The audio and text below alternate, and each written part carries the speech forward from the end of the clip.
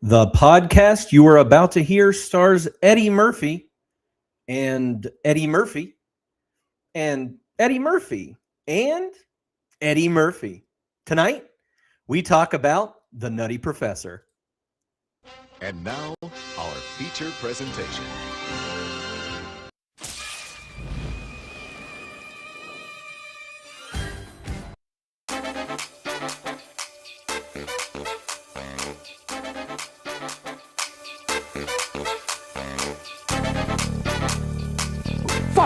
Fussy. Who hired this crew? What's your favorite scary movie? I'm smart, you're dumb. I'm big, you're little. I'm right, you're wrong. Show me the money!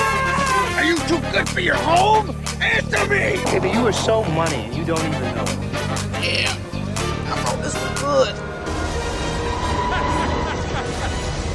Hello, boys! I'm back!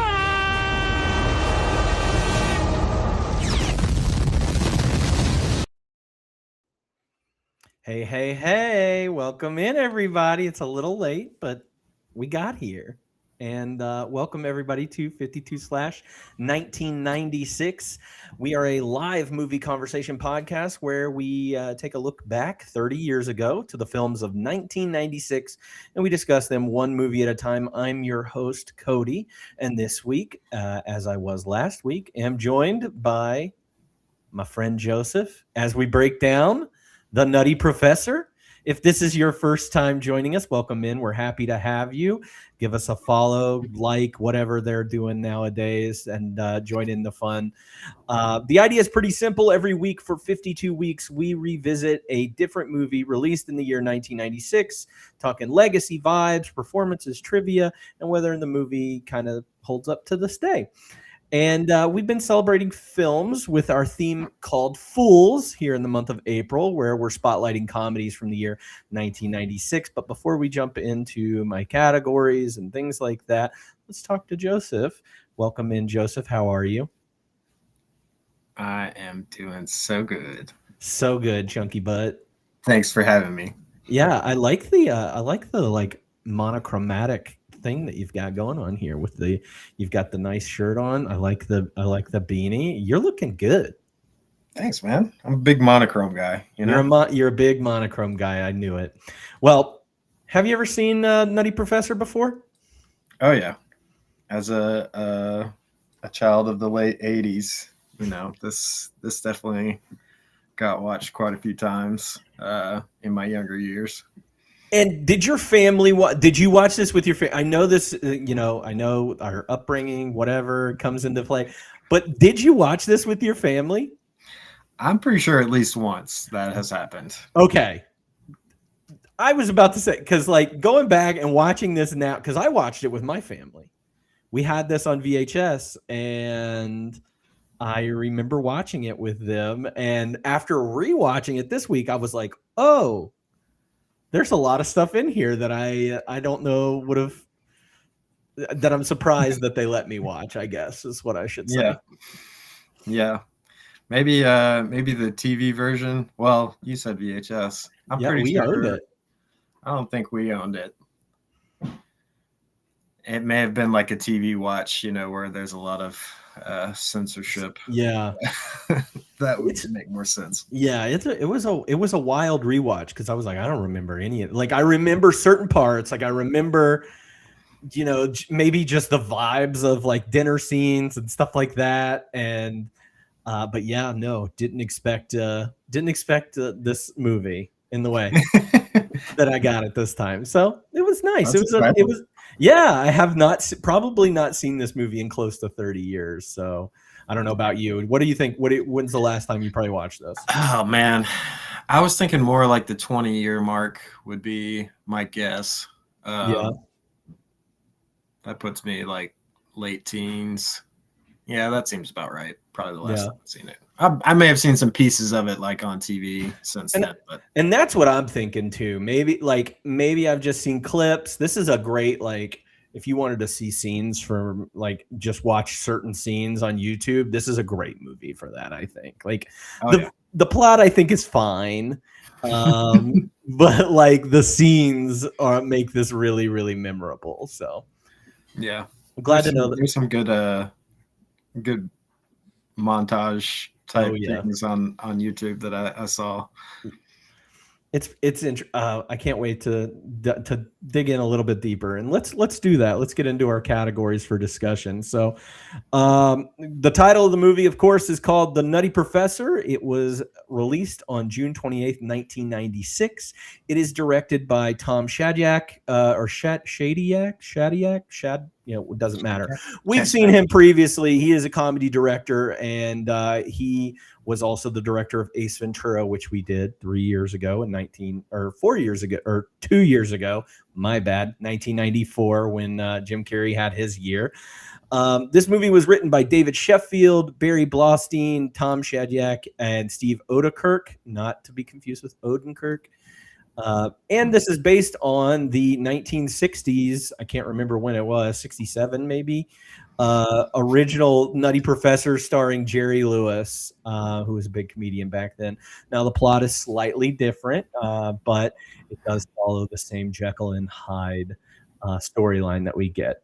So the cast for this movie includes Eddie Murphy, as I listed out a bunch of times, as Professor Sherman Klump, as Buddy Love, as Lance Perkins, Cletus Klump, Anna Pearl Jensen Klump, Ida Mae Jensen, Granny, if you want to call her that, and Ernie Klump Sr., the brother. It also stars Jada Pinkett Smith as Carla Purdy, James Coburn as Harlan Hartley, Larry Miller as Dean Richmond, and Dave Chappelle as Reggie Warrington, in a role that I was like, hey, Dave Chappelle's in this. That's one thing I remembered. It was great. The synopsis for this movie, if you didn't get a chance to check it out or you have not seen this movie before, it says that a brilliant obese scientist, Sherman Klump, invents a miraculous weight loss solution after a date with chemistry student. That's not true. She's a grad assistant, or she's teaching. Whatever, doesn't matter. Yeah, Carla Purdy goes badly. A depressed Klump tries the solution on himself. Though he instantly loses 250 pounds, the side effects include a second personality, an obnoxiously self-assertive braggart who calls himself Buddy Love. Buddy proves to be more popular than Sherman, but his arrogance and bad behavior quickly spiral out of control. This movie was made for a total of $54 million and had a box office return of $274 million, making this the number 8 movie of 1996. Wow. Yeah, we were craving some Eddie Murphy at this time. We had not had any real big hits for him in a few years, maybe since the 80s, is when he last had his big push. Now, critics were a little iffy on this, a lot more iffy than I thought they would be, because I feel like they liked Happy Gilmore better than this. Rotten Tomatoes has this at a 63%, IMDb has this at a 5.7, and Letterboxd has this at a 2.6. A little bit of me wonders if it's just because the not aging well. The comedy is just, especially in today's times of yeah. So that's the only thing I can think of. You know who did like this movie? Not Roger. Roger liked this movie a lot. He gave it 3 out of 4 stars. He said Eddie Murphy's talent for comedy has been an eclipse during these lean recent years of flops, such as A Vampire in Brooklyn. But in Nutty Professor, he's back with exuberance and energy in a movie that's like a thumb to the nose for everyone who said he'd lost it. He's very good, and the movie succeeds in 2 different ways. It's sweet and good-hearted, and then again, it's slapstick and bathroom humor. I liked both parts. Okay. Roger liked it. Now, Bob McCabe of Empire Magazine said, the Klumps is a bit like watching Ali just a couple of years before he called it quits.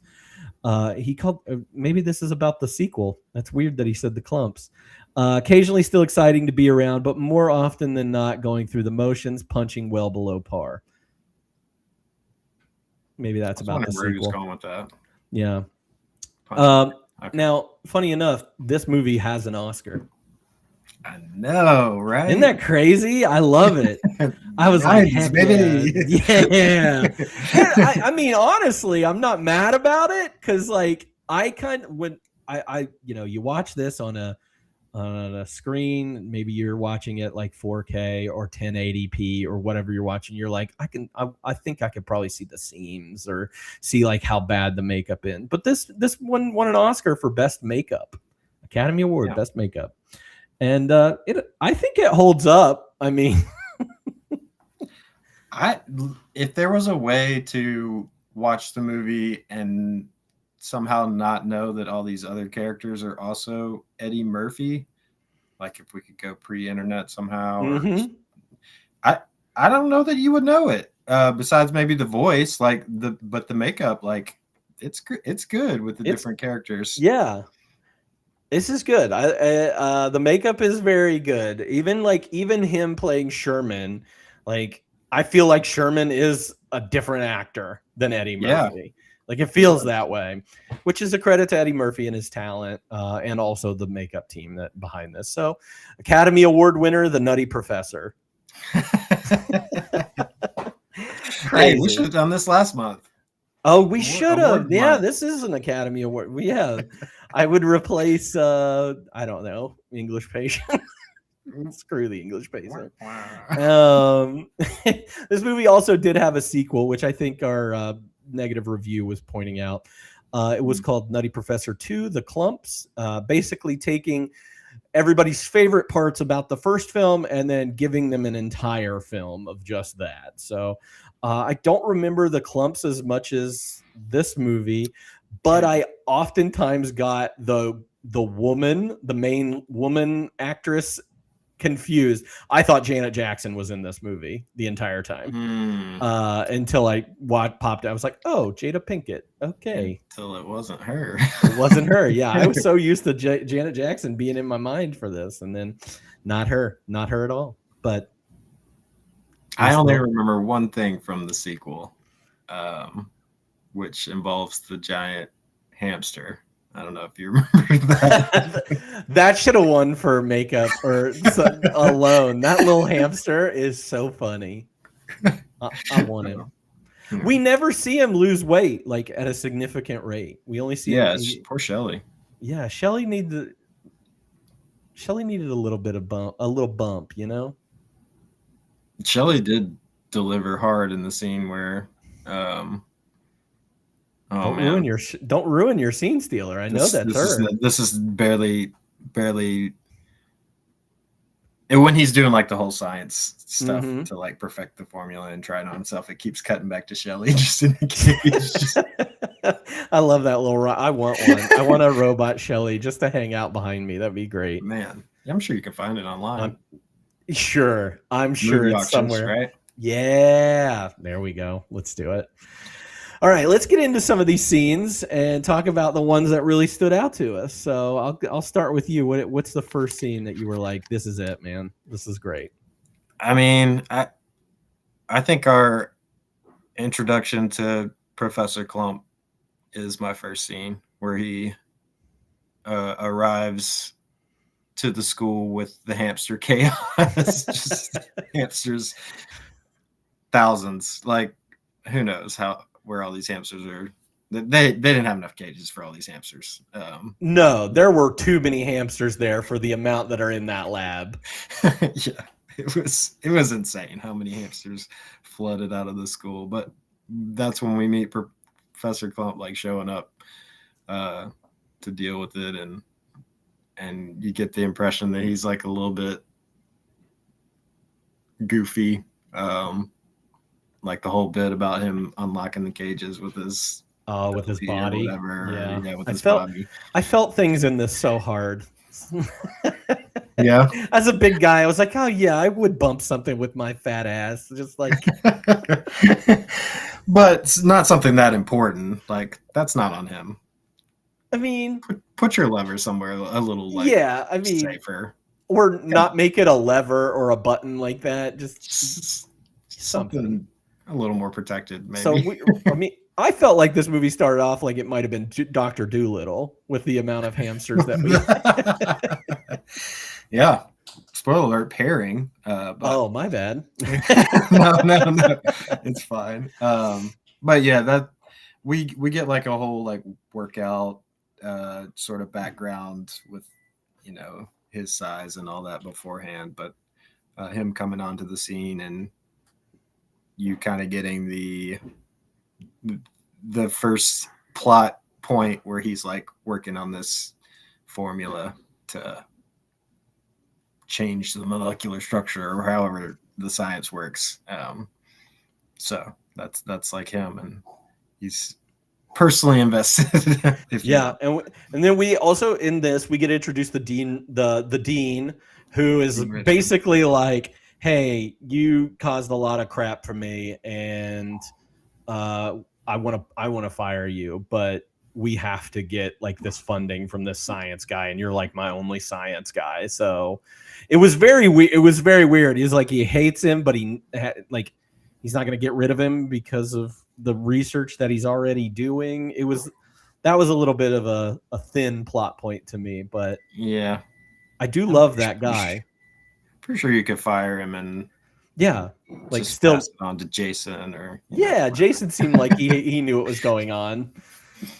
Poor Jason. Yeah, he does come back for the sequel. Oh, does he? Yeah, Jason makes it back to the sequel, so good for Jason. I wonder if he was like friends with Eddie Murphy, or he was like, dude, I'm really important to this plot, and you gotta have me back. You gotta have me in the clumps. I fit in perfectly. So yeah, we got all that scene. What's your next scene? Next I'm all the way down to, I kind of combined the workout montage with the first dinner scene. Scene. Yeah, the first dinner at the screen. Oh, so wait, okay. Not the family dinner. Does the family dinner happen before Scream Club? The first family dinner does, yes. Okay, so I had the whole fam. Yes, I had the first family dinner scene as our introduction to the Clumps, and just very supportive mother, a loud father, a grandma that just is amazing. We got the little boy. And then the brother, Sherman's brother as well, who I thought was probably the weakest character of the group. Yeah, he doesn't get much. No, he doesn't get much. Most of the funny in this. I love Eddie Murphy as Sherman's mother, especially in this scene. This is where we get Hercules. Hercules. Which lives on. I think people say that to this day, not having seen this movie. I wouldn't doubt it. I guarantee it. Or they've seen that clip and that's it. That's all you need. Yeah, I really like Eddie Murphy as his mom. I think my favorite Eddie Murphy characters were women in this. So the grandma and the mom. The grandma and the mom. Yeah. Yeah. He's great as her. And like gives you a full performance, and like kudos to Eddie Murphy, who I'll go ahead and spoil fun fact is that like the studio was like, no, Eddie Murphy, we don't want you to play all these characters. It would be cheaper for us if we could just do this, with multiple characters. Or multiple actors, as opposed to having to like shoot around you, and like because you have to shoot one person with a stand-in, and then you have to shoot the other you have to shoot him again as the other person. So it's a lot of like long shooting days. But credit to Eddie Murphy and his ability, because I think it looks pretty good for the most part. Oh yeah, there's a couple of moments, but for the most part, it's pretty good. There are parts at the table where I was like, ooh, that does not look good at all. It looks so bad, like them being next to each other. They're like cutting into each other a little bit with it doesn't look that good. But no, I love this first scene. We get to see the Clumps, obviously, in one of two scenes in this. Well, three. We kind of get three at the end, but these are my favorite parts. You're not alone. I'm not alone. These are my favorite parts. That's why parts. There was a sequel. But it's just like Sherman being undoubting himself and not really thinking that he can do it, and then his mom specifically saying like, hey, you've got this. You're my boy, and you'll figure it out, and your love life will change. And sure. And then we get, like you said, we go into your scenes of the dinner, at the club, and him. I don't remember. What did you say? Well, I said I kind of smushed together the whole pre-club where he like Oh, the after he's workout got the day, montage. yeah, he does the whole workout montage, which was good initially and also good when it came back, the Buddy Love version. I thought they did a good job of both of those and making them similar. And Also, what is the timing of all this? That's another little plot that I was like, what is it? So he's working out and like can't do any of it, and then what? Like later that day, he's able to run up the steps, and the date's like Friday of that week, so like he's only got a few days. If it's Monday, he's got like 4 days max before he's killing it. Those unrealistic expectations. The jump rope was the biggest one for me. Like how all of a sudden he's just, I mean, he's jump roping like a pro. You know, that's not a week long. Hey, sometimes big guys can do that. I used to love jump roping when I worked out. I'm not saying big guys can't do it. I'm saying going from can't make one jump to like what he's the master tricks that he's doing at the end. That's not a week. We got the Rocky steps. We got him in the class with the all the women. The workout class, so good. The trampoline. Oh, the trampoline. He's just poor guy. There sad. Made me so sad. Made me so sad. Sherman's got a great sad face. The makeup for Sherman's sad face is so good. He looks great. He looks so good. And then we get Sherman and Carla at the club. So he's on his first date. He didn't get to lose as much weight as he had hoped. And then he's at the club. In a week. In a week, yeah. So poor guy has to go to this club where it's unfortunate. A weird club. Yeah. It's packed. It's not the entryways are not accessible. He's bumping everybody to get to their table and can't leave, and he gets stuck there to get roasted by our man Reggie. Yeah, and if you're if you're a big guy, you don't want to sit up front. Yeah, that's like did she get the tickets table to this? The table that Buddy was at would have been better, way right? better, like way better, like in the back. Yeah, like I don't ever want to sit up front at a comedy show. No, he didn't know. He was like, seats. Yeah, do you think he got the tickets because he was trying to impress her and was like front row, baby? That's what I assumed. Yeah. Otherwise, she's a jerk for doing that. That would be a jerk move. But yeah, like Sherman, come on, man. Like you're a big guy.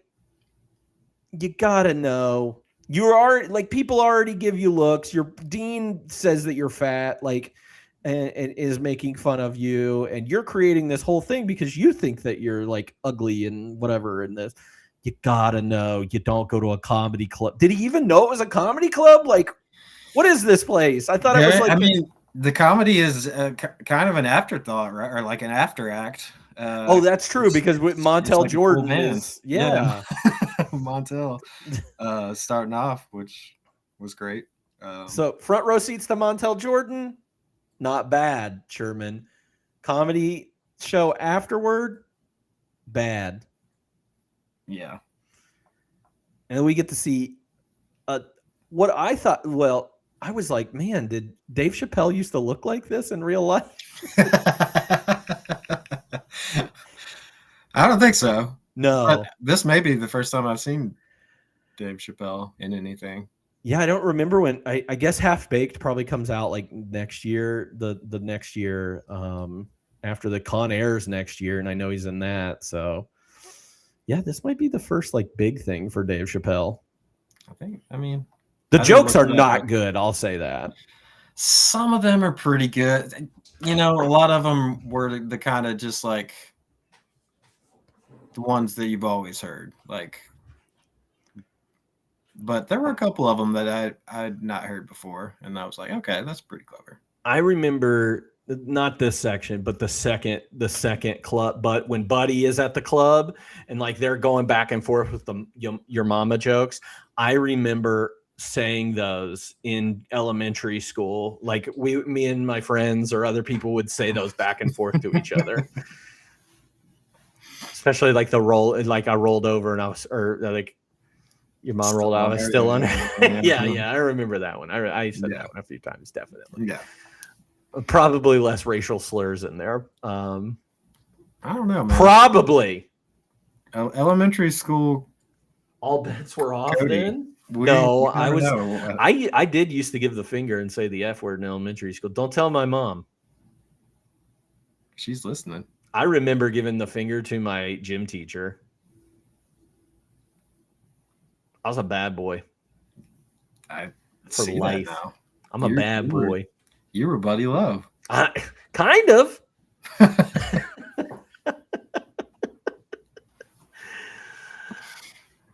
So the date doesn't go very well. The day goes great till the end. Till the end. Yeah. That's enough to take the wind out of your sails, though. Like, you just sit there getting made fun of the whole time. Like, I get it. I'm in the mental state of Sherman. I've been here, man, and many people have been there. Whether it is like a weight thing or something else, but like something happens, just takes you. You're just like, I'm not good enough for this person. Internalize, yeah, and you're just like, nah, I'm good. We're good. Don't have to worry about it anymore.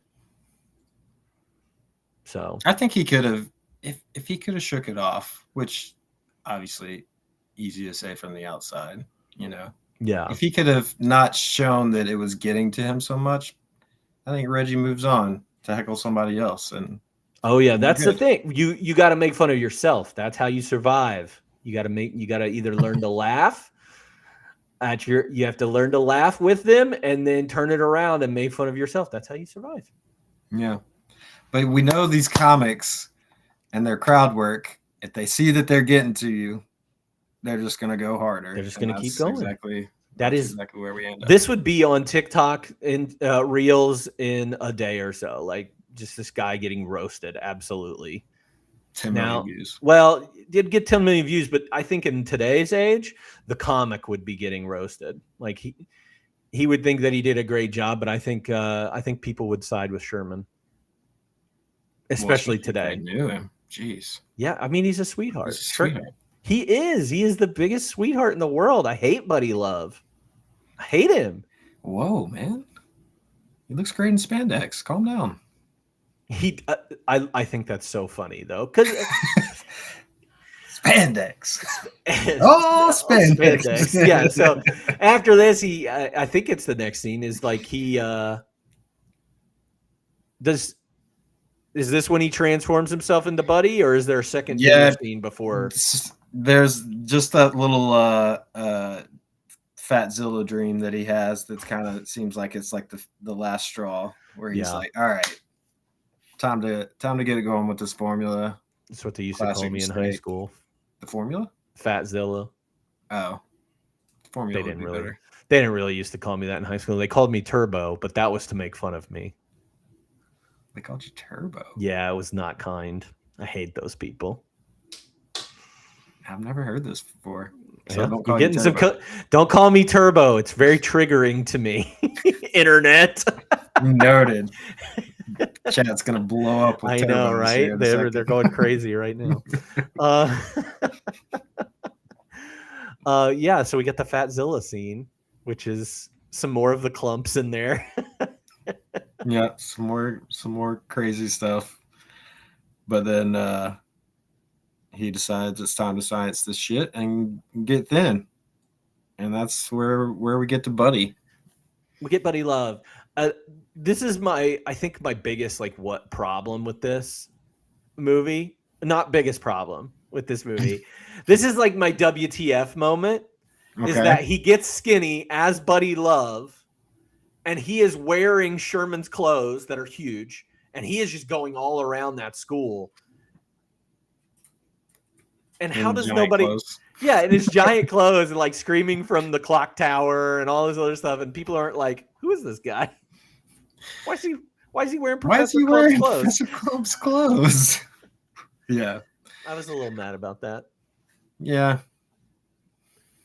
Where's Doesn't make Jason a lot of at? sense. Jason would know. I mean, Jason should know it too once we finally get to it. That's true. That is true. I mean, they do look completely different and sound completely different. Their hair is completely different. Basically, this formula just does. It doesn't just make you skinny. It just changes you completely. Everything. Yeah. Gives you that I- bit, that I tea. don't remember what part of the movie it was, but it may have been at the very end when he's like changing back fully to Professor Clump. But like the reaction of everybody like realizing it's him is not until like his little fro comes back on the top of his head. And then once that happens, everyone's like, oh, it's you. He's like already like full bodied, but Yeah. then the hair finally hair comes comes in. in. They're like, That's what when I was watching with "Ah." Alyssa, she's like, "Why does his hair change?" It's like, Free I don't know. haircut. That's what it does to you. It gives you a perfect haircut. Now, I would take a formula for a perfect haircut. You got a pretty good haircut. I mean, it takes work to get it to look this crazy. You'd rather just take a little I would rather just take shot. a little Pop. bit, a little bit, Hmm. a little Little shot, choke. a little toke, a little pill, perhaps. You just need to get on the beanie game, and you can hide. Oh, any- the bean. Hats just ruined my anything. hair, though. Well, yeah, but no one knows that because they can't see. Oh, I guess you're right. But then I have to take it off. I get hot. I'm hot right now. Yeah, you are. Whoa, don't hit on me. Take me to dinner first. Speaking of hitting on you and taking you to dinner, We go into the club? yeah, With that's Buddy? my next scene. What about you? That's my next scene as well. Scream 2, the sequel. Scream 2, the sequel. Buddy goes back, and I don't know if he's doing this as like a revenge thing or not. He sits in the back, but Reggie's still the comedian. Again, I don't know if Montel is his opener or not, but Is Montel there every night, you think? yeah, that's just Montel's club. He's just like, I had to buy a club so I could perform. This is how we That's do it smart. every freaking night. But yeah, he comes out, and then Buddy just laughs hysterically at every joke Oh. that Reggie's doing. I would have hated to have been there. Maniacally. Like, it's like maybe the most over the top laughing that's ever happened. That's harder And than it's incessant. Like, ugh. people laugh at me when they're trying to People laugh make at me you? feel. No, they laugh at my jokes, but they're doing it to make me feel better. Pity laughs? Yeah, Like that? yeah. I don't want them. Keep them. Keep your pity laughs. It was hard to get through this scene because of the laughs. It was. It Yeah. really did grind on me. I was like, Buddy Love himself had to. It like he wore me down because I could not stand Buddy. And I mean, you're not supposed to like him, but you're also supposed to find him like charming and like. If there was one thing I could change about the movie, it would make him a little bit more charming from the start, and then slowly become like a POS. as his testosterone goes through Yeah, the roof, because they say that like that he's, what was it, like 60,000% testosterone at one point or something. that's some Crazy. energy right there. Yeah. So yeah, maybe a decline to that point would be nice. But he was obnoxious from the point when he exists, and then slowly gets a little funnier, and then is you're not rooting for him at all. But Never. Yeah. Yeah, to your point, like even before they get in the club, when he shows up late and she's getting ready to leave, Miss Purdy's about to leave, and he like gets down on his knees and like, I'm sorry, and does like that whole charade too. And it's just like, I read somewhere, and I just watched it. I just watched the Blues Brothers, like a week or two ago. And there's a part in the Blues Brothers movie where John Belushi gets on his knees after saying, like, he stood up Carrie Fisher at the altar, and he gets on his knees and basically says all the same things that Eddie Murphy says in the scene, like, my dog ate my homework, my sister had a baby, whatever he says. I ran out of gas. I ran out of gas. Yeah, like, and so I do wonder if it is an homage to John Belushi. I don't know how well they knew each other at that time, because that would have been around the time that Eddie would have gotten onto Saturday Night Live, was when John Belushi was out of. So I don't know. Maybe it was an homage. I don't know. Homage? Maybe at least inspo. Maybe. But I thought that was interesting. I thought, yeah. Yeah. I hope, man. And I felt like just like her, like, man, too much. Get off your knees. Get up. You're making a scene. And I think she's a bad person. Well, yeah. She's, yeah. Because, I like, don't like her character at all. I don't either. I don't think Jada Pinkett's a good actress. She's okay. I don't know much that I've seen her in, but I thought she was fine in here. Like, she could be, anybody could have done that role, yeah. But like, I don't know. I didn't like the way the character was written, because she just, like, so quickly moves on from Sherman after that one day. It doesn't even, like, console him or understand, have any empathy for Sherman after their date.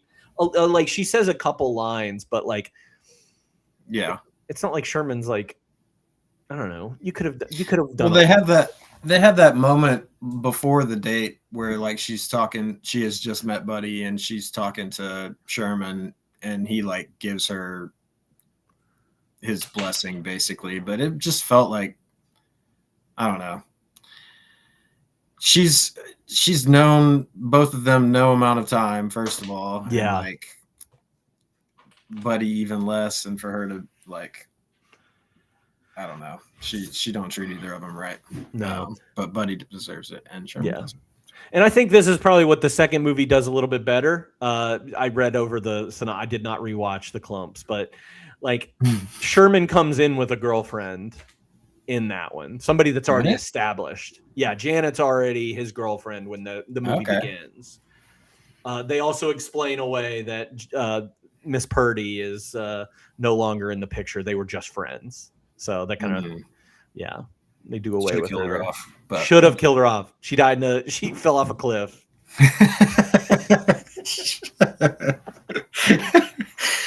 Now that would have been an homage. Yeah, Happy Gilmore style. My girlfriend's dead. She fell off a cliff. She died in a car accident. Oh my gosh. We should combine these movies. Now we're talking. Ooh. Happy Gilmore is Happy Professor Gilmore. Happy Fillmore. Workshop it. We'll brainstorm. We'll get there. Yeah. So Buddy gets back after doing all the laughing and stuff. He interrupts Reggie's set. Him and Reggie go back and forth doing, your mama jokes, and then Buddy starts going against or picking out things about Reggie's appearance, his teeth, his dumb hair, all this stuff.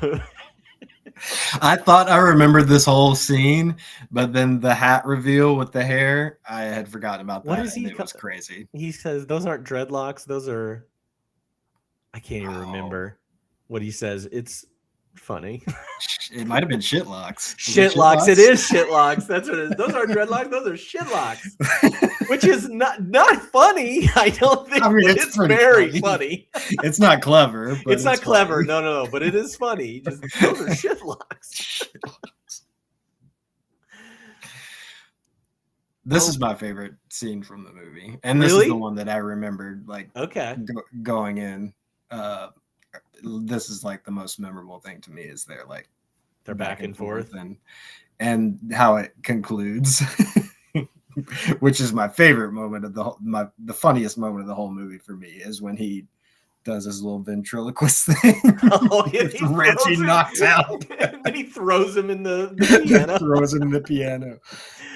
Oh my gosh. my best laugh. It seems like Ace Ventura when Nature Calls, whenever he knocks out the Monopoly guy. Do not pass go. Do not pass $300. And how he like twists his arm or pinches him or something to get him to like holler while he's singing. Loving you.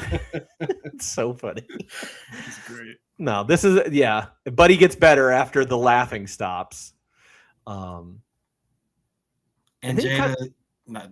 Carla, Miss Purdy is like so impressed, you know. Yeah, Sherman would be so happy that you did that. Yeah, it's like, come on. And then Buddy goes crazy. At the Ritz?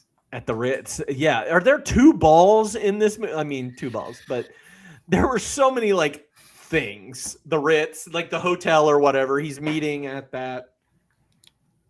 They got money. They got money. He's putting a sports car on the school card. Yeah. They're throwing all these events. Like, they're good. I remember the car because I thought Dodge Vipers were awesome. That's what it was. Viper. It was a Dodge Viper.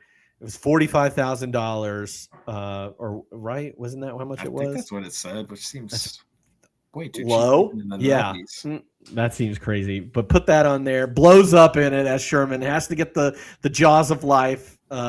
Jason knows at this point that Buddy and Clump are the same person. And then like Sherman he has to go to this ball and present this event and present his science findings to the guy that's going to give him $10 million or whatever. So it's the last chance that Dean Richmond gives him to keep his life, really. Oh yeah, he said he's going to kill him. I forgot. Which, yeah, that's. I will choke the life out of you. And I'm going to read the whole thing, so get ready for it. But Buddy takes over, right? Yeah, I think this is. I'm not sure. I guess it's just Buddy takes over because he's taken Miss Purdy on a date to the same spot. That's like what he's actually doing, but he happens to be there to save the meeting with the guy, with the money guy. Because Sherman was dumping out the formula, and then Buddy comes back and says, "No, not yet. Not yet," and then transforms into Buddy, takes Miss Purdy to this thing. The guy happens to be there at the same place, the date thing, and basically just takes Sherman's place. He does this wild pitch insulting all the guests that are dining around. Makes fun of everybody. And then flirts with they were credited as 3 sexy girls. Nuh-uh. Yeah, I think that's what they were credited as, the 3 sexy girls. The 3 sexy girls. So he ditches Miss Purdy for these 3 sexy girls and has a wild night with them. I was proud of this. I said he got in trouble due to titty math. I mean, because he says, "We got 6 over here. You got 2." That's one of my quotes. So yeah. Oh my gosh. You get. But the aftermath of that is obviously Sherman wakes up in bed with these 3 girls, and guess who's showing up at his house with a key? Yeah. Sherman's house confuses me because he's got a roommate, or not a roommate. I don't understand. Is it an apartment? Is it a house? Is it a duplex? Like, he's got somebody underneath. Somebody's living in that basement that we never get to see. And uncredited. The neighbor is uncredited too. That's one of my favorite fun facts about the whole movie is that we have no idea who that. Nobody knows who it is. Mr. Wilson. Mr. Wilson just lives downstairs. We never see him. That's so funny. Yeah. Yeah, I never understood his house. Like that was kind of a. It looks like it's ground level, but then right, you come in from the street. It looked like. Yeah, I don't know. weird living situation. Miss Purdy comes in. She sees Sherman. He's with all these people. She thinks he's a bad guy. Doesn't want anything to You're do with him. just as bad as Buddy. Yeah. I don't know about that, man. Come And on. you liked Buddy. You wanted to go with Buddy over me. You don't make any sense. You don't make any sense. Should just Purdy. You heard with Purdy. And then what's your next scene? I mean, the final conclusion ball. at the alumni ball. Yeah. Yeah, the second ball, I guess. The bell of the ball. The bell of the ball. The buddy of the ball. That's right. Yeah, that's when we get him, like, Sherman's trying to come clean and, like, pour out all the formula, but Buddy has his little, like, protein or weight loss shakes. He's filled it up with the formula. So just trying to be good, man, and then can't get out of it. So Can't kick the habit. If you're an addict, this is, that's what it is, man. and that's how we get Buddy at the ball to do his final pitch, which is I mean, if you're wanting to invest, that's a pretty convincing pitch. True. He does a good job of like showing off what the product does. Yeah. But he's trying to get rid of Sherman forever. By just Drinking more, blowing up his heart. He can't do it all at once. He's got to do it in 2 sittings. Yeah. I don't know. It was weird. Whatever. They were doing something. Science and it's a fine ending. Buddy doesn't die. Buddy, Sherman wins by power of, good. And the more we talk about the movie, I'm like, man, I should lower my rating. All right. Who's your favorite character in this movie? Or was there a scene stealer?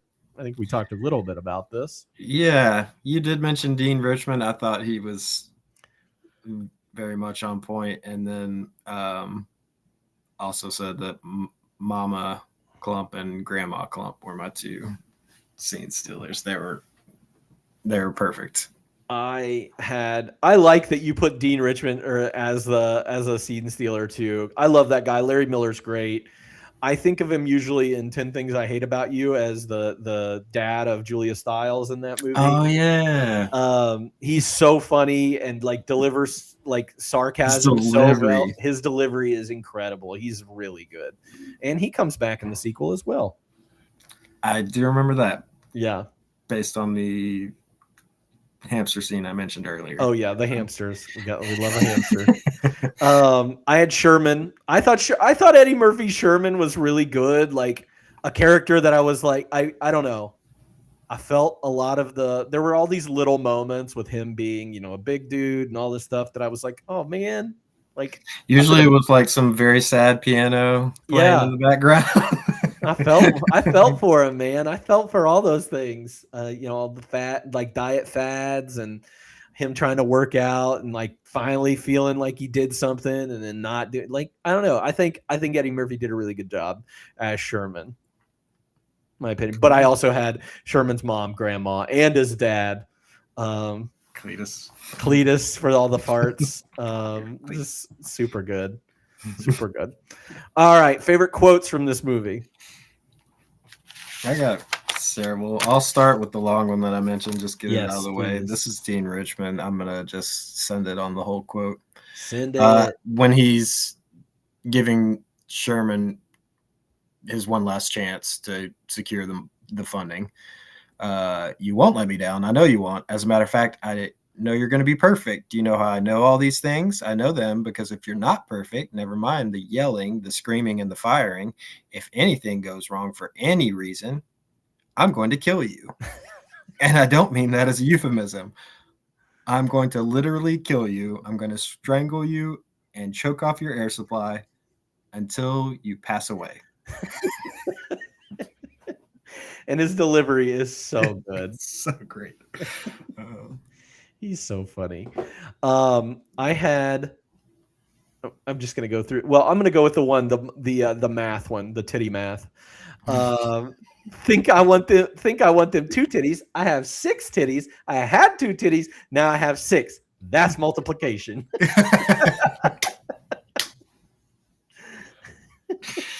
Oh, titty math, man. Titty math.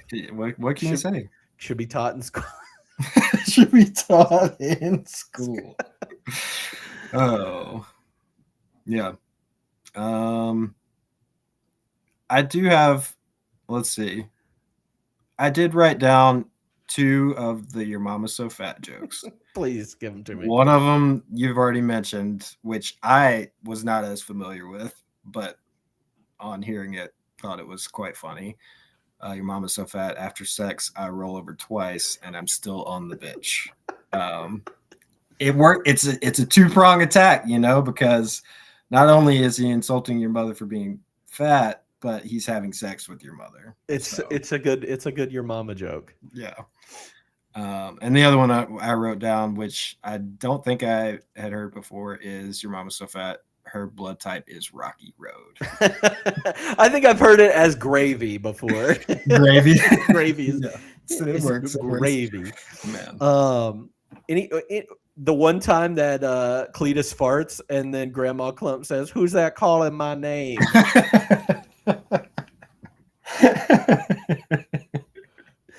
That's great. Oh my Man, gosh. she's so like kind of clueless, but when she's trying to get the peas on the fork, at one point, just like in passing, Yeah. just sends me just. Oh my god! Anytime she has the knife out, she has this knife clutch like she wants to kill Cletus. I have another one that says, "I'll toss this between the crack of your ass." Just so man. absurd. I would love to see an actual. I know they can't film that because it's both of them's Eddie Murphy, but I would have loved to seen like an actual fight between them. That would Oh be my great. gosh, it'd be so good. What else you got? I got another one from Dean Richmond. I think this was very early on when he's making fun of him for being fat. He said, "Anything I can get for you? Juice, coffee, rack of lamb." Rack of lamb. Go ahead. No, I have another one between Grandma Clump and Cletus. They're fighting back and forth, and she says, "Come on, Cletus. It ain't nothing but a short walk. You might walk over, but you're limping back." Yeah, I had that one. And she said, "I ain't no easy win." Which I want. Is this like is this just an iteration of that joke, or is this like the origin of that joke about like walk over but limp back? I don't know. I'm sure it's not the origin. Maybe it's been around. Could before. be, man. Her delivery, his delivery. Yeah. She great. Oh, here's one from Cletus. "You can sew up your stomach and your asshole, and you will always be fat." Damn. Damn. When Sherman takes the potion for the first time and is amazed that he's skinny again, he says, "Well, I'll be damned. I can see my dick." My dick. It's great. Women be shopping. Oh man, I was gonna preface it with "be nice to women," but we just went straight there.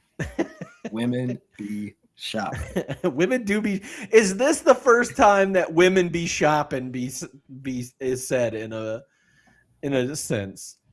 Maybe women do. I have said this for years, not like in a fun, obviously not in a funny way. Like, "Oh, women do be shopping." I don't remember if I got it from this movie or not, but classic. I don't know. It's strong too because it's his opener for every set. Apparently, that's the first thing he says. Women be shopping. Women be shopping. So you cannot stop a woman from shopping. What else you got? You shouldn't. I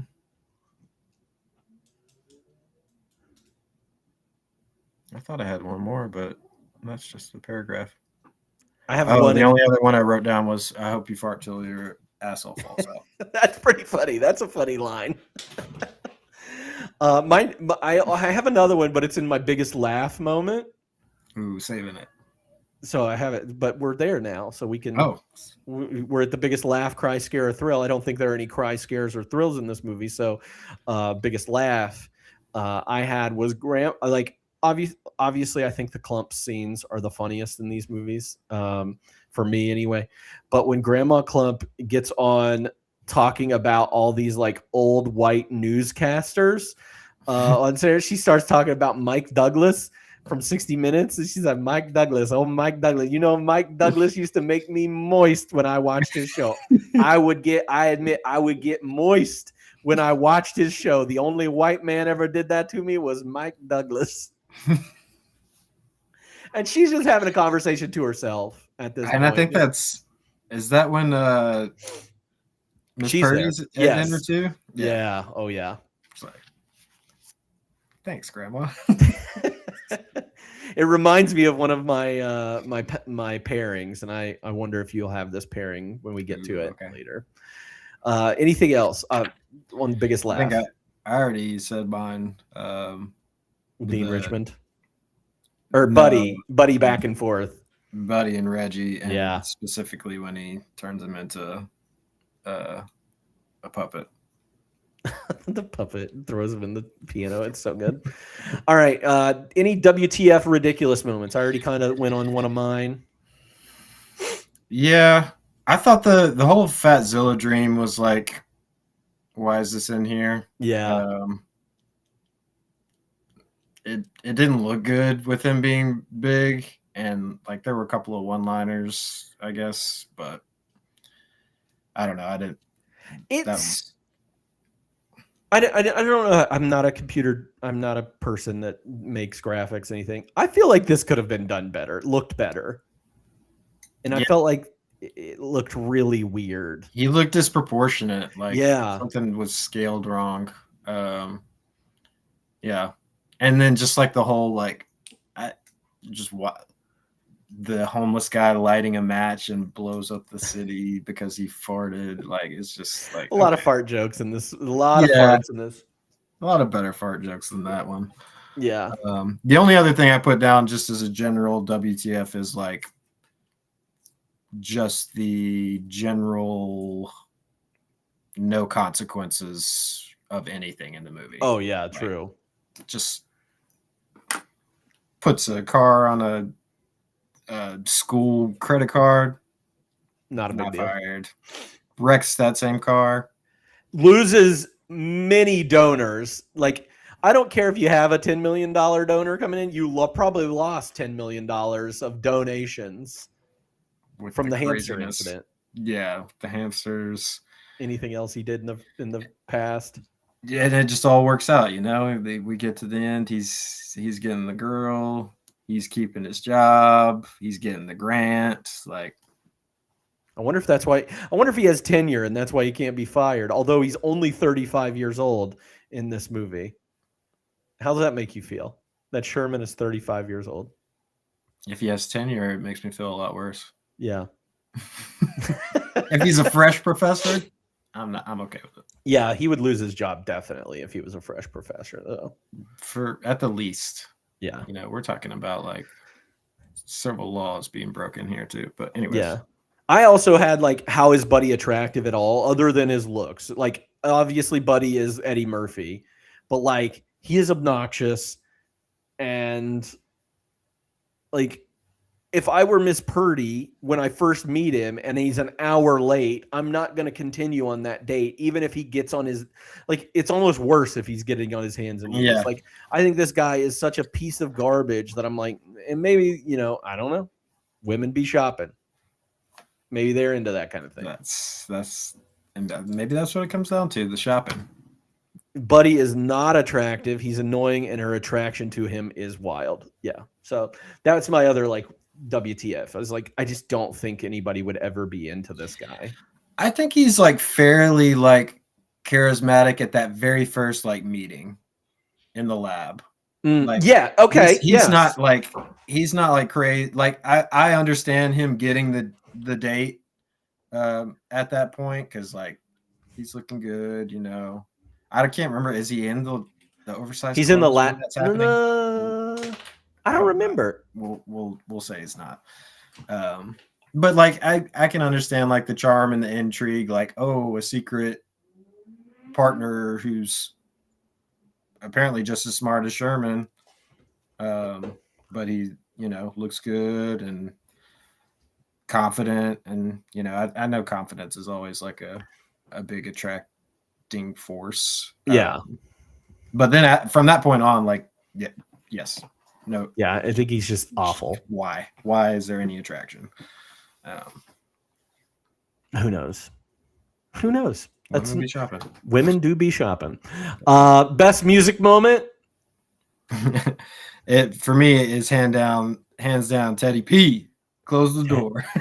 A little Teddy Pendergrass. Number 6. That's a good one. I love that. I love that Sherman's into some Teddy Pendergrass. And they give it some room to you get to sit with it a while. I complained last week about Happy Gilmore, my music moment with Carl Endless Weathers, Love? where he's like playing the piano and it happens for just, like, 2 seconds. It only just begun. But here we get him like dancing around the kitchen, heating up his food, and like just going in for quite a bit of time. So yeah, I like that. That's Sherman in his element, and he feels like comfortable. He's in it. Yeah. Give me that Sherman. That's the Sherman. If he had confidence in himself and played that Teddy P, Miss Purdy is a puddle in his hand. A puddle. A puddle. Moist. Moist, as Grandma Clump would say. I had This Is How We Do It as the, obviously the Montel Jordan of it all in here. Yeah, it's so good. I also like I think these scenes are so weird, but like the what's the character's name? Lance Perkins? Yes, Lance Perkins. Whenever he's doing his little workout videos, he's like, I'm a pony. I'm a pony. Okay, so is that Eddie Murphy? Yes, that is Eddie Murphy. I did not know that until this watch. I had never known that he also played that character. Yeah. I thought that was like the famous Richard Simmons? Yeah. No. Because it's so like grainy and on like VHS. On VHS, yeah. It probably doesn't look that great. I never knew. So that was a learn and a fascination. Eddie Murphy. He's so great. He's so funny. Talented, man. All right. It's time for F, Marry, Kill. Are you ready? Yeah, probably not. Probably not. I went a little off book here for you. So your choices are Sherman, Donkey from Shrek, and Dr. Dolittle. Okay. These are like the next 3 big things. Like this is the Eddie Murphy in the late 90s to early 2000. Like this has solidified him for the next like 20 years of his life is Nutty Professor, Shrek, and Dr. Dolittle, because he gets to do a sequel for both this and Dr. Dolittle. And then, of course, Shrek is the hugest thing ever. Yeah. Yeah. I think this one's going to be pretty easy for me, though. So okay. I'm not into Dr. Dolittle. So I think that's an instant kill for me. He saves animals. He can talk to animals. Yes. But that means you hate it's animals. Always going to be Noah's Ark wherever you're at. Ooh, that's true. It's going to smell bad. You're just going to have animals. And I love animals. I was about to say, one of these characters is an animal. within a certain... Well, that's true. Is one animal. He's friends with an ogre. I love animals within certain qualifying terms. I'm not trying to run a zoo. Okay. I'm not trying to be around every animal under the sun all the time. There's certain animals I don't like. If I got to be having snakes all up in my house where I'm living and sleeping, that's a deal breaker. So that's a kill for me. Okay. Long story short. Chat's got it nailed. Donkey's got that Riz. So that's a marry. And then that'll just leave Professor Clump for the F. For the F. Okay. I think I'm marrying Dr. Doolittle Okay. because of the one, it's a good job. He's going to be the most famous vet in the entire world at this point. Money secure. If I'm out and about and there's like a snake around or a spider or any of these things, my guy will talk to it and he'll be like, we're good. Take care of it. Yeah.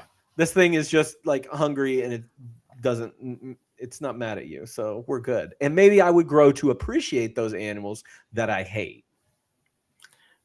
What if the animals are still mean, even though he can talk to them? Well, then I'll get Buddy Love. I'll call Buddy Love to make fun of him. Shame him away. Yeah. I think I have to kill Donkey. Ooh, that hurts. But I like the Teddy P of Sherman Klump because I think he has that. I think he's got that game. So I think I'm going to go with the F there. Okay. All right. So we're basically opposites, but that's okay. That's okay. That's okay. We're allowed.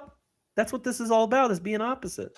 Just got to be. All right. Killed. Oh, look at this. You've got, okay, there's those completely different. K. Doolittle, F. Donkey, Mary Sherman. See, she gets me. Oh, no. I said Mary Donkey. You said Mary. I mean, at least there's some love there. Yeah. I think you guys just hate successful men. Obviously. Who gave the best performance? And how can you narrow it down? I just put Eddie Murphy times 7. This is all. I mean, is he in this? Who, Eddie Murphy? Yeah. I don't know. I think he is in one. Yes. He plays he's Buddy Love. Okay. I thought I saw him. But I don't know if he's in any of the, like, I don't. No, it's Eddie Murphy. He's incredible. It's hands down. Hands down, it's him. Nobody else could do this.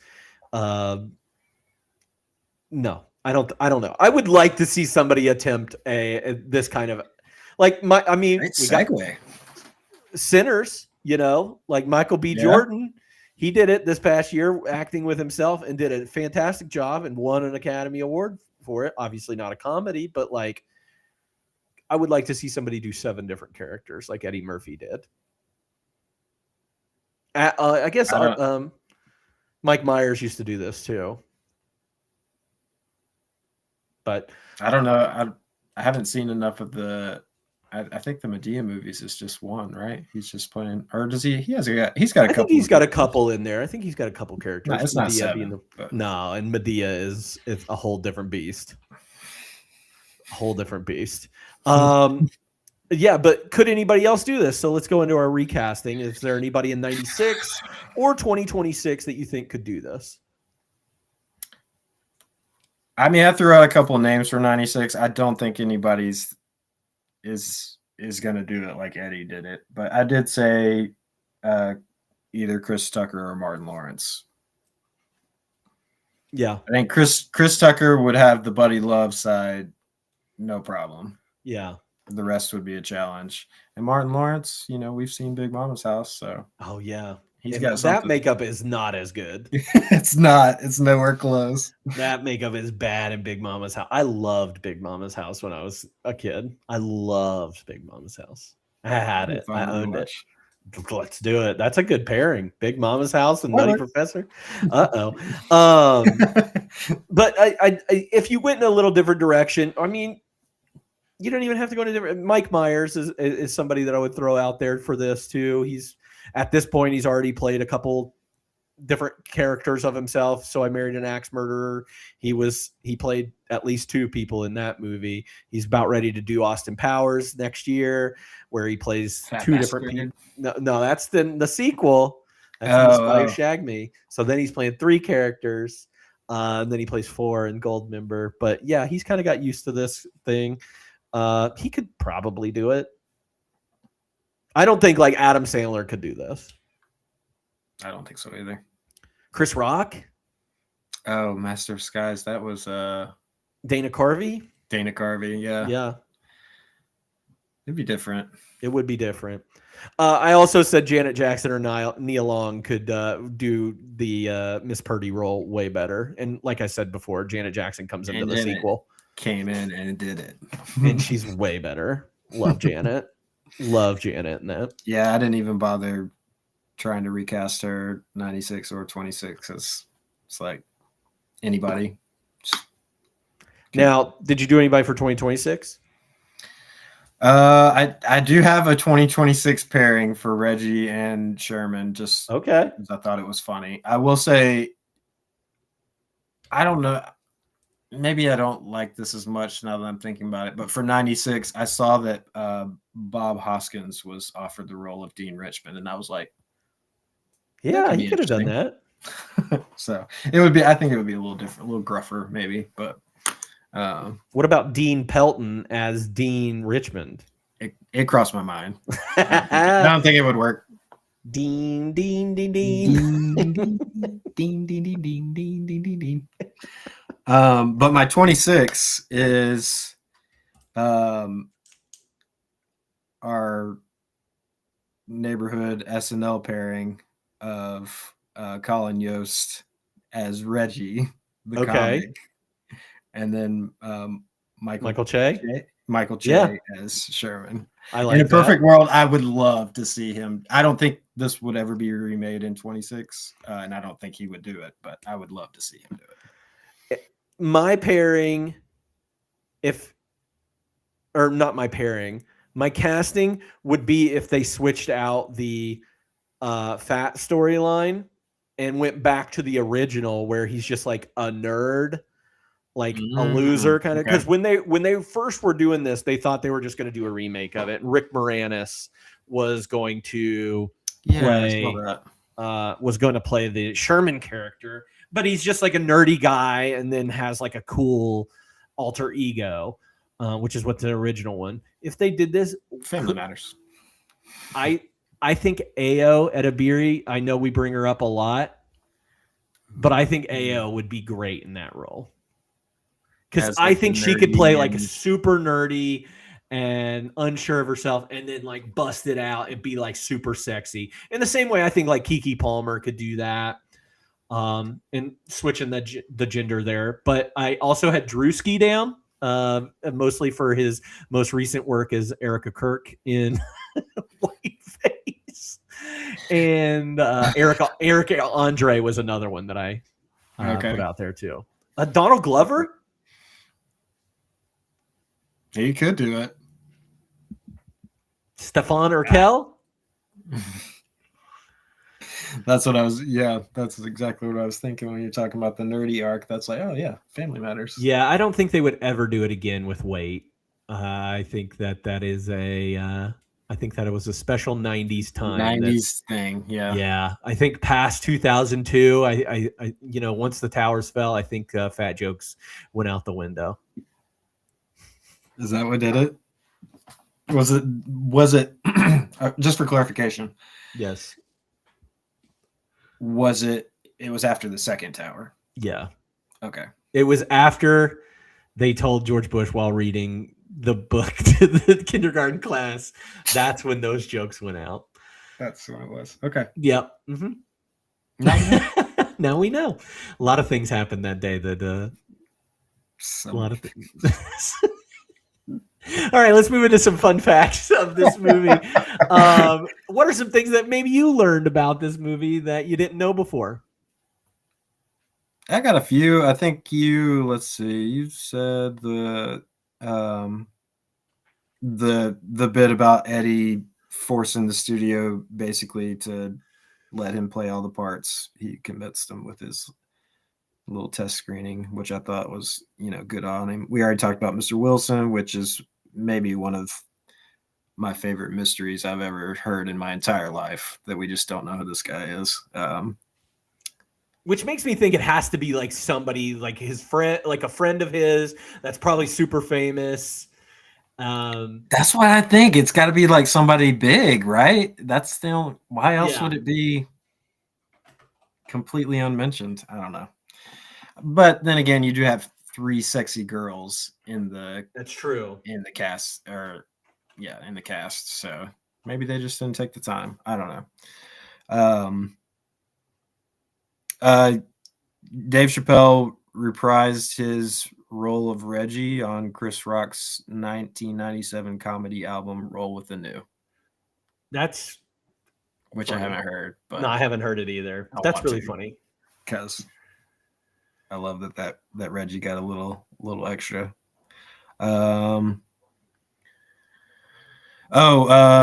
Jerry Lewis from the original was supposed to make a cameo or in this film, but he backed out because of too many fart jokes. Yeah. Also, on that Jerry Lewis thing, he didn't like this. He's a producer on both of the movies, did not like this movie at all. Regretted, is quoted as saying, "I regret doing this movie." Despite because he being felt in like so much. his version that he was in was like perfect. Yeah. Is what that was my understanding. So whatever. I mean, it's probably his best movie. I've watched a couple Jerry Lewis movies in my time. They're hard sits, I will say that. Like the 60s and comedy in the early 60s was not that great. It was bad. And Nutty Professor is probably the best one.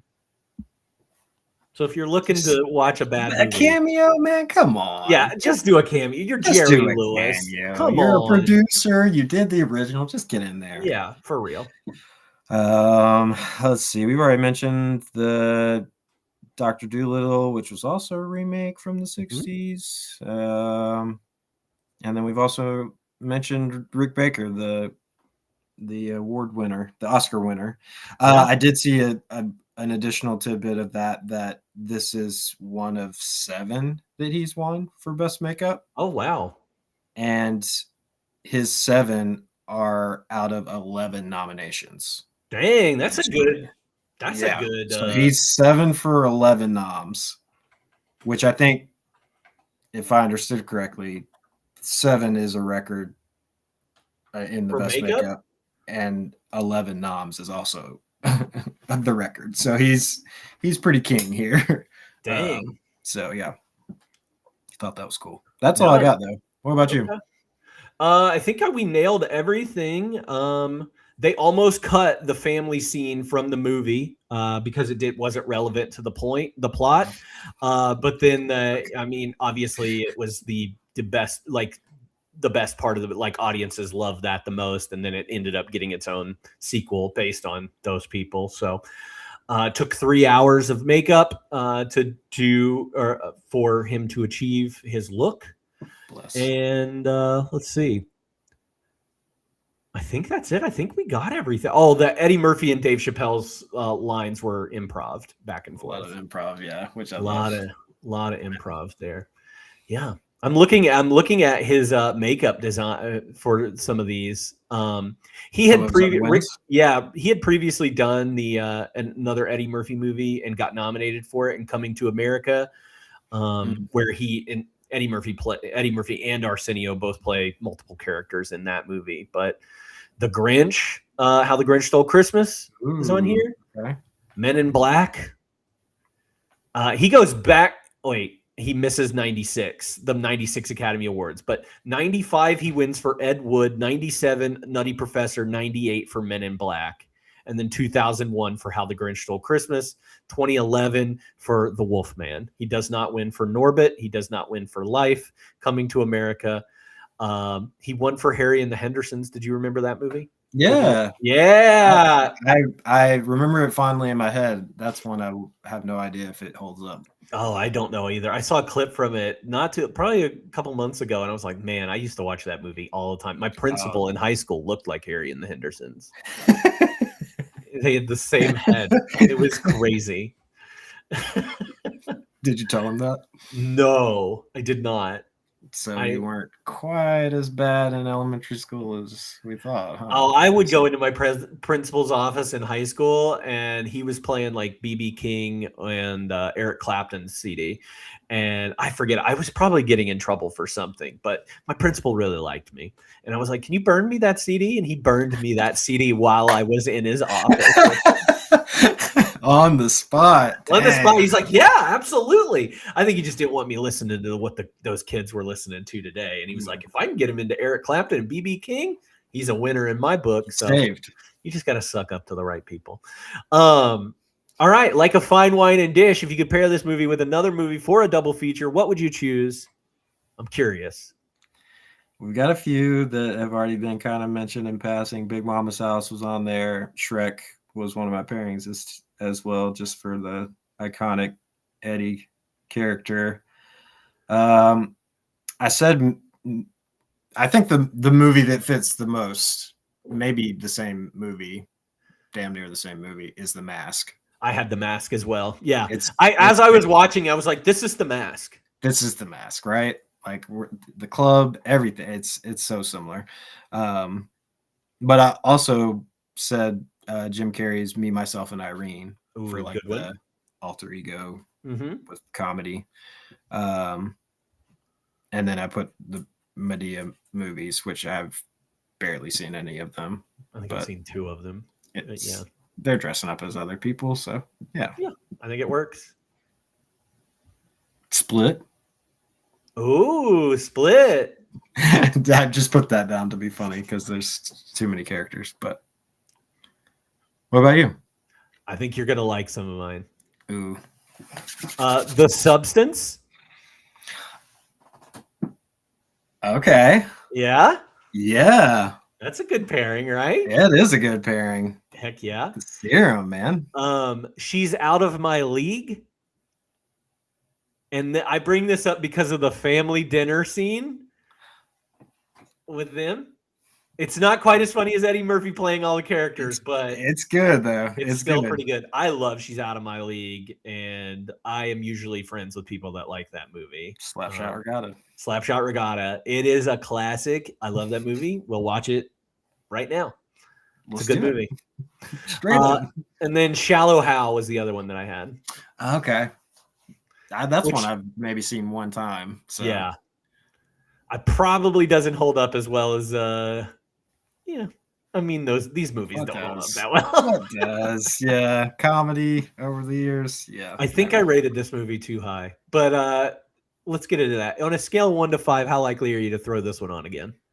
I think it's so both tiers, rewatchability and overall. I think it's a little bit less than Happy Gilmore, but still very rewatchable. I said 3.5. Yeah. Yeah, I gave it a 3. But then for overall star rating, I gave it 3.5 stars because I laughed way harder at this than I thought I would. I was laughing so much more than I thought I would. I think 3.5's solid. Fine. I said so. I put Happy Gilmore at a 3.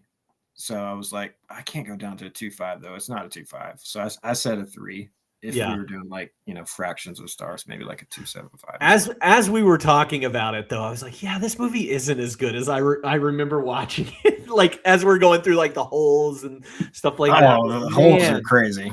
Yeah, it's but the terrible. comedy's there. But the comedy is so funny. And I think Happy Gilmore, which I love Adam Sandler. I love those movies. Like kind of like wanes a little bit. Like I laughed out loud numerous times in this movie.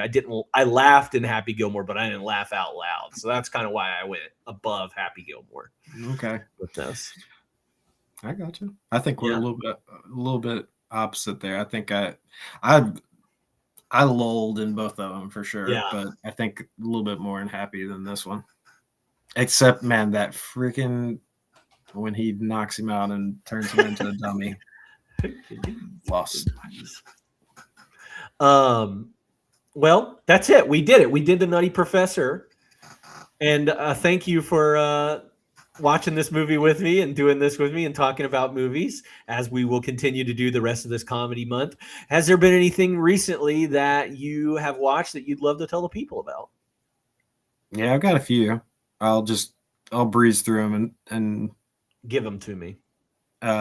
A Personal Shopper, Kristen Stewart movie. My first official full-length Criterion watch, I guess. So heck yeah, we're in there. Very good. And weird in a lot of ways. I love crystal syrup. Everybody knows that about me. I watched Good Fortune, which kind of surprised me. It's the movie where Keanu Reeves plays like a bad angel, not bad, an angel who's not good at his job. Yeah. And Aziz Ansari and Seth Rogen are like the other big ones. It was surprisingly good, like kind of like for coming from celebrities, like the common man experience. But anyways, it surprised me. It was good. The Passenger, which is like kind of like a thriller. Trigger warnings if you go to that. It's incredibly violent, but pretty good depiction of like living life in the passenger seat. Hence the name. And then I think my favorite thing I watched this past week was the animated Predator, Killer of Killers, that came out several years back. It was very good.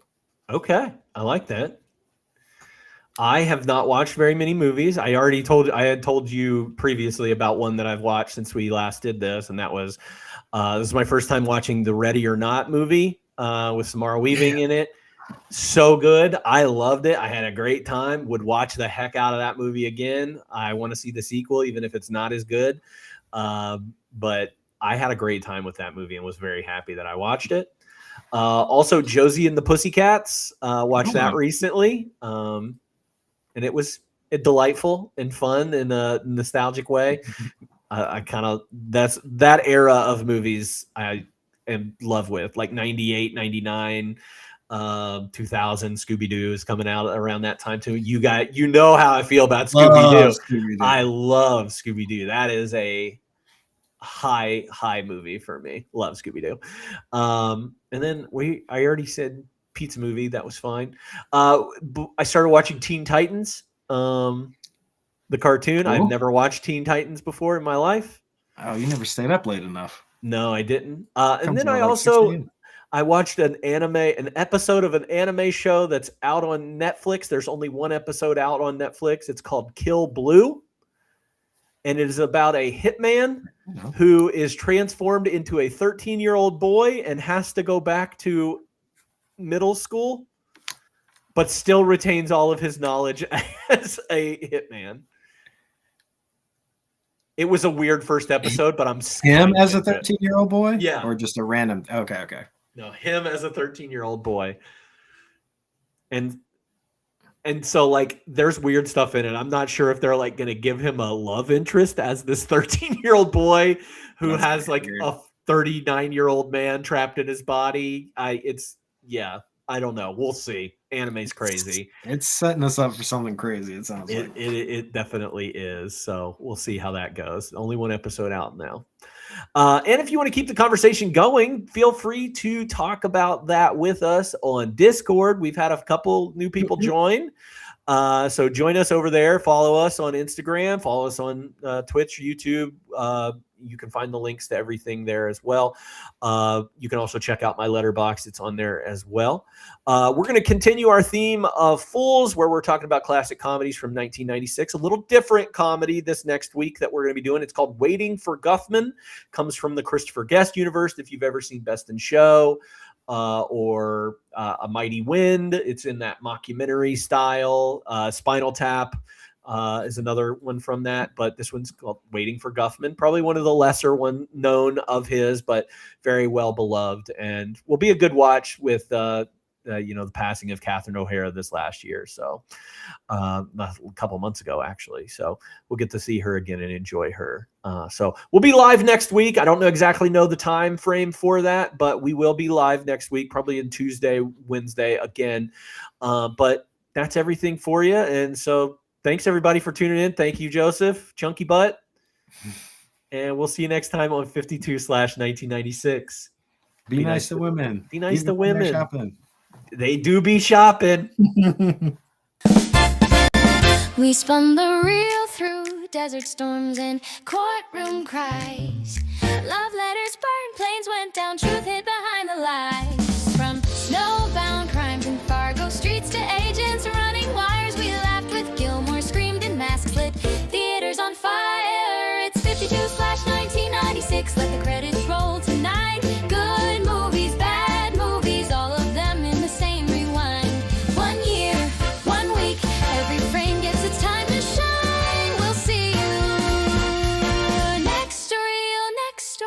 5152/1996.